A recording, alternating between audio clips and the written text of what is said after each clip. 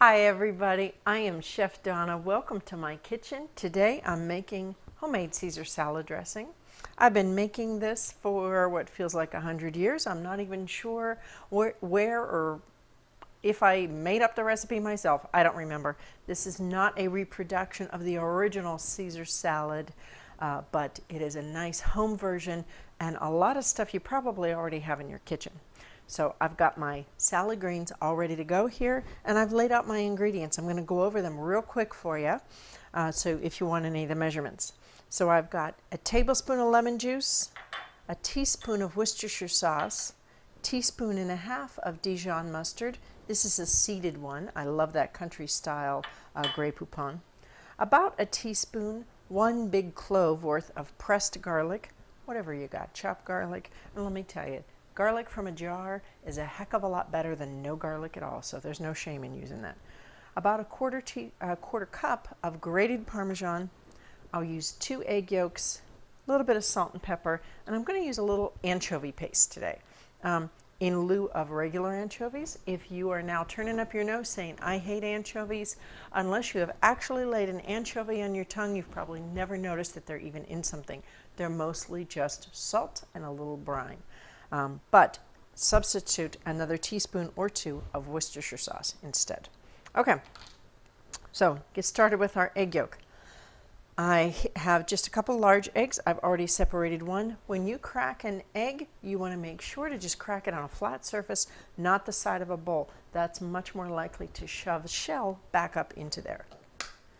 If you haven't separated eggs, this is how you do it. Lovely. Just have a place for your whites to go. And just take your yolk back and forth and back and forth. No problem.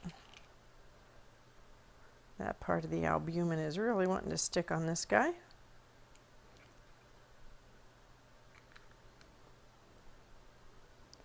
Excellent. Good. These whites will freeze really well. So, you can just put them in a little container, save them for later whenever you want them. We're not using those today. Okay, so in my bowl, I'm going to mix up just about everything. My Worcestershire, my little anchovy, just a squirt, I don't know, maybe a teaspoon if that. It's kind of strange looking, but man, it's a powerhouse of flavor. My mustard, it's really great if you keep good mustards on stock in your fridge. I've got several and they just add tremendous flavor. My garlic, and we're going to leave it at that for right now. Okay, we're going to whisk this real well.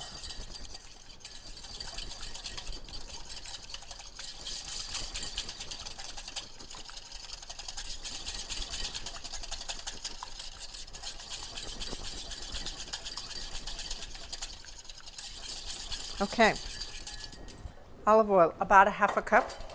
I didn't measure it. This is extra virgin olive oil, and I'm just going to make an emulsion. So you can see I'm just drizzling and I'm whisking. It's very effective if you whisk back and forth, back and forth. Pretend I'm still drizzling. Whisk back and forth this way. It makes your emulsion happen much faster. So I keep most of my oils in wine bottles. This is an old Maduri bottle. I can tell what's what. I keep my regular vegetable oil in a wine bottle that has a big embossed monkey on it. And that's been known as the monkey oil in my house. All right, that's about where we want to be. Okay. Pinch of pepper, a little pinch of salt.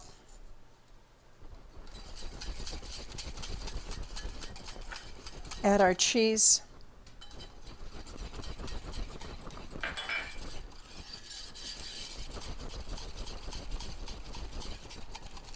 Okay, so we're a little bit thick.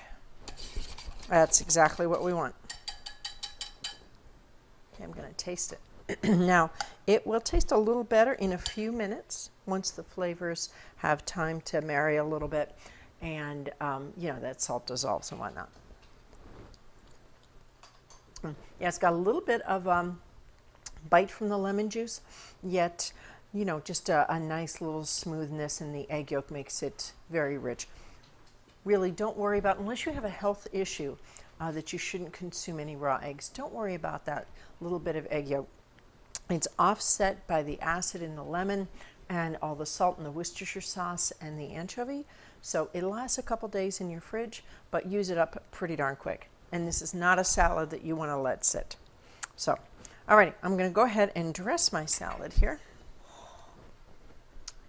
So this recipe will make a couple of salads worth of dressing. Feel free to cut it in half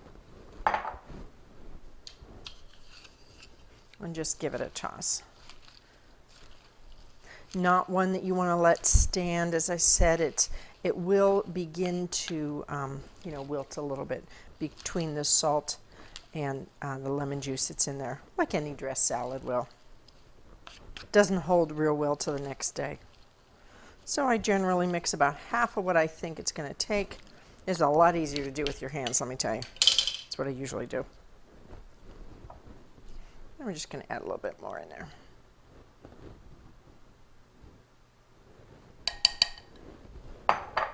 But this really doesn't resemble what you find in a restaurant very much.